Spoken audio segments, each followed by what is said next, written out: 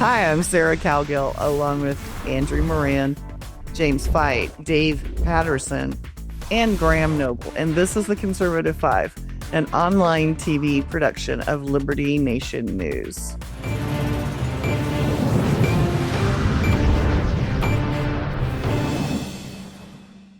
Arrested 14 times. Released on cash bail 14 times. Stabbed and murdered an innocent refugee on a Charlotte, North Carolina light rail train. No one can argue that violence has escalated, but are we looking through a different lens? The racial narrative that all people of color are repressed and that all white people commit crimes against those people. Alphabet networks and legacy newspapers can't seem to make themselves report anything that contradicts that narrative. You know, Graham, the crime itself is disturbing in 10 ways to Sunday, but the fact that the left is making excuses and almost, canonizing this guy, that's just so much worse. Yes, it is. I mean, it was bad enough when when we first heard about this crime and the left media did not report it at all. Nothing whatsoever. Nothing. As if it didn't happen. And if you compare that to a few years ago, a gentleman by the name of Daniel Penny, who was on a New York subway and restrained a black man who was threatening people and threatening to do them harm. He restrained this guy. He used a chokehold, and a chokehold is not a lethal move. It can often result in rendering someone unconscious, but it's not it's not designed to kill. But this black guy, Jordan Neely, I believe his name was, he died shortly afterwards. And we just didn't hear the end of that story for forever. It was all. I believe I read somewhere that apparently I think it was the New York Times ran 100 stories. They published 100 articles about Daniel Penny and Jordan Neely, and it was terrible. And this time around, they ignored it first of all, but then when I guess for want of a better term, the right wing media began to jump on this and write stories about it, the response from the establishment media, the left-wing media, their response was, I would say that the only word to describe it is despicable, because the response was basically, oh, this is terrible that it was a Republicans pounce moment. Oh, it's terrible that that MAGA world is all over this killing, and they just go on and on about it. And it's the same on social media. Right now on social media, you could go on any social media platform, and if you post something about this stabbing in North Carolina on the train, you will have left-wingers who will actually respond pretty much saying to you, are you just going to keep going on about this? Do we have to keep hearing about this? And that is their attitude. I mean, Axios posted an article that said, and I'll quote from them, MAGA influence are drawing repeated attention to violent attacks to elevate the issue of urban crime and accuse mainstream media of undercovering shocking cases. Well, isn't that ironic that they would say that? Because that's exactly what mainstream... Kind of exactly what's happening.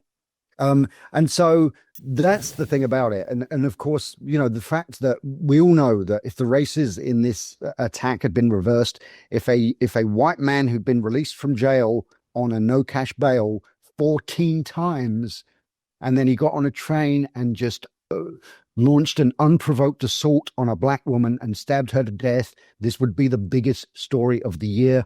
The city of Charlotte, North Carolina would be a war zone right now. There'd be statues. There'll already be statues and murals up and stuff like that. And they are going to canonize. I'm just going to leave it with this one thought. And I have predicted this already, and it's kind of already started. But they are going to turn this guy, because he is now facing a federal charge. And if he is convicted, the left is going to turn this guy into a hero, a martyr, a victim of the racist Trump regime. and there'll be songs sung about him, to people's grandchildren 20 years from now. That's how bad it's going to get. And I believe that might be the final nail in the coffin of the Democratic Party if they actually go down that road to literally It's canonize. in their game. They haven't written a new plan, Graham. It's the game plan of the Democratic Party. It's the same stuff they used in 2016, 2020, and 2024. That didn't work out. But they're also they continue to double down on this stuff. I mean, they do. Rather than back away from it, they're actually getting worse. And Jim, I'd like you to kind of touch on what Graham brought up about Daniel Penny and how much he was in just most news outlets. Everybody covered it. Some covered it in a different way, but why don't you touch a little bit on that and then maybe add your own spin? Yeah. So Graham made some good points there. And these two cases, when we're talking about media reportage, are definitely connected.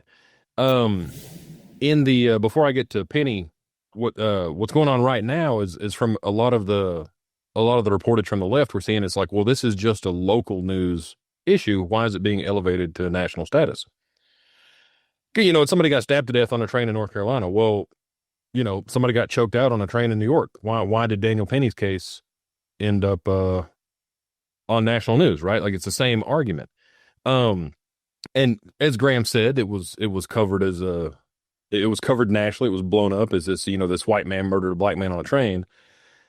Never mind the fact that the black man was visibly deranged, had 42 prior arrests, several of which were for violent assaults, and was threatening to hurt people, and said that he didn't care if he went to prison for life. And it's not like he stabbed the guy. I mean, he put him in a chokehold and I think he's going to get his wish. Right. Unfortunately, the guy died after the chokehold, but I think maybe one of the most telling bits of reportage that came out was actually after Daniel Penny was acquitted, and The Guardian ran a piece about how this is just the latest example of the U.S., and these are The Guardian's words, not mine, celebrating white killers and denigrating black victims. And but what we see in both cases here is this is kind of you can almost look at this as maybe even a cause and effect thing. Maybe it isn't, but what struck me was Daniel Penny snatched this dude up that was threatening people and making violent moves towards people. And he went to jail and was charged with, I think his actual charge was negligent homicide or manslaughter or something. But they were, he was being reported by news outlets as a murderer. They were, Black Lives Matters were chanting in the streets. Hey, what do we say? Daniel Penny has got to pay. And was one of their main chants. Well, now here we are a little bit later, and you've got this guy that stabs this woman to death on a train and just roams. They've released video now of him just roaming about the train after the fact, dripping her blood all over the place.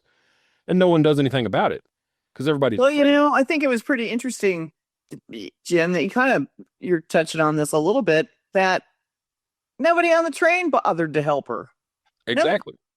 I mean, I wouldn't get in the middle of a knife fight either, but I mean, we saw what happened. I was wandering the train. I'd certainly want to render aid. Yeah.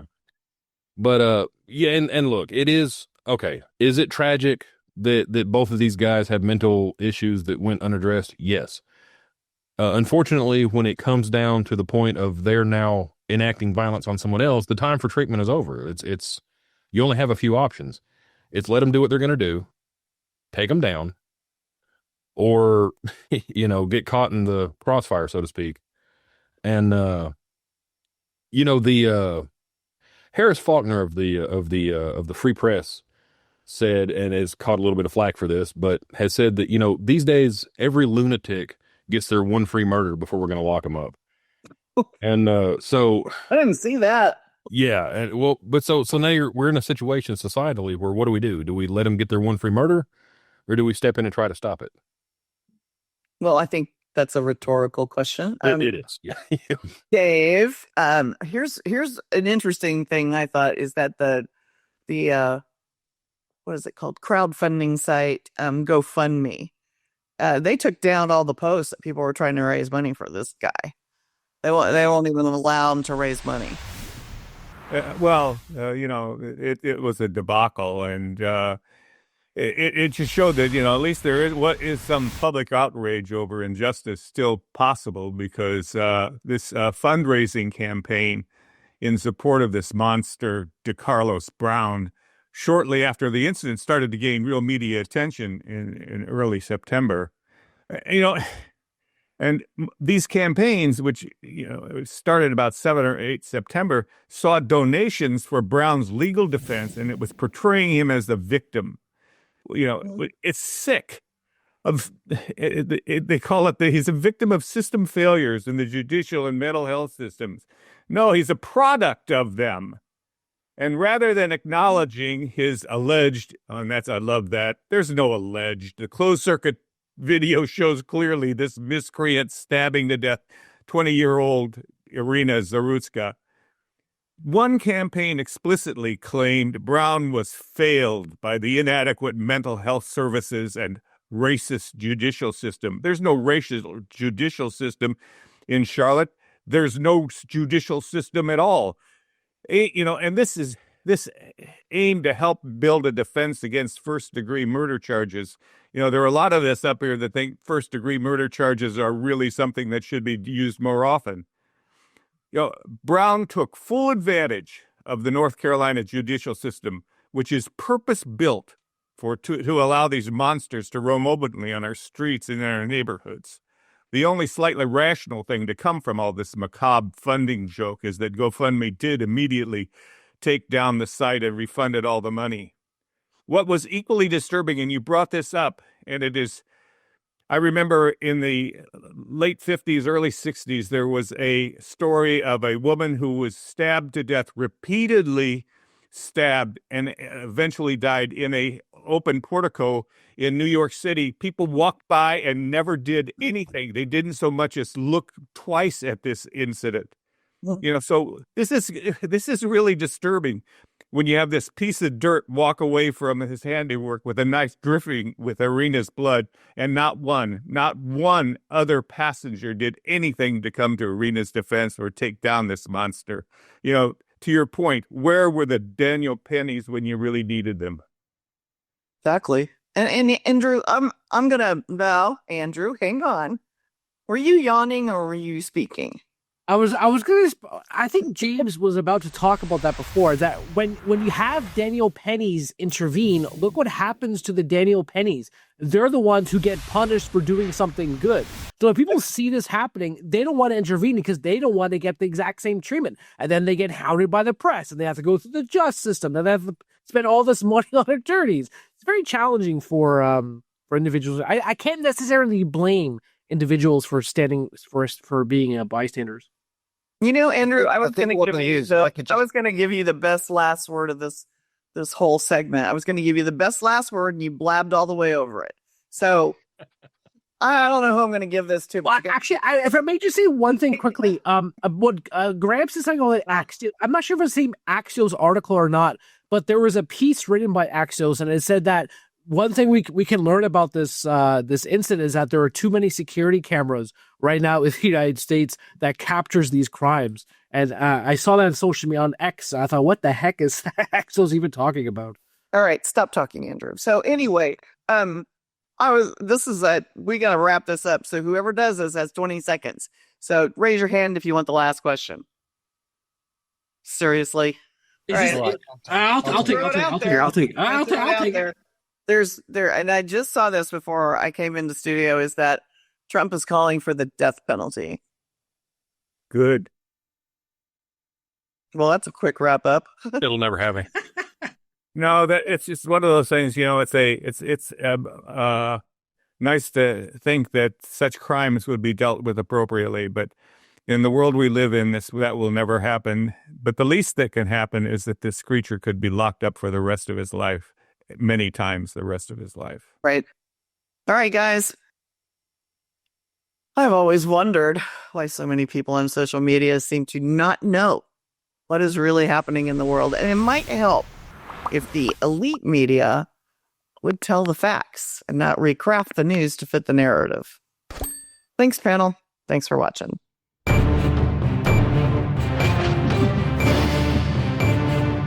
Well, that's it for our Conservative 5 panel today. Check out our other C5 shows and segments on your favorite video platform. YouTube, Vimeo, Rumble, we're on them all. As well, Liberty Nation News has its own Roku channel where you can see all of our TV productions.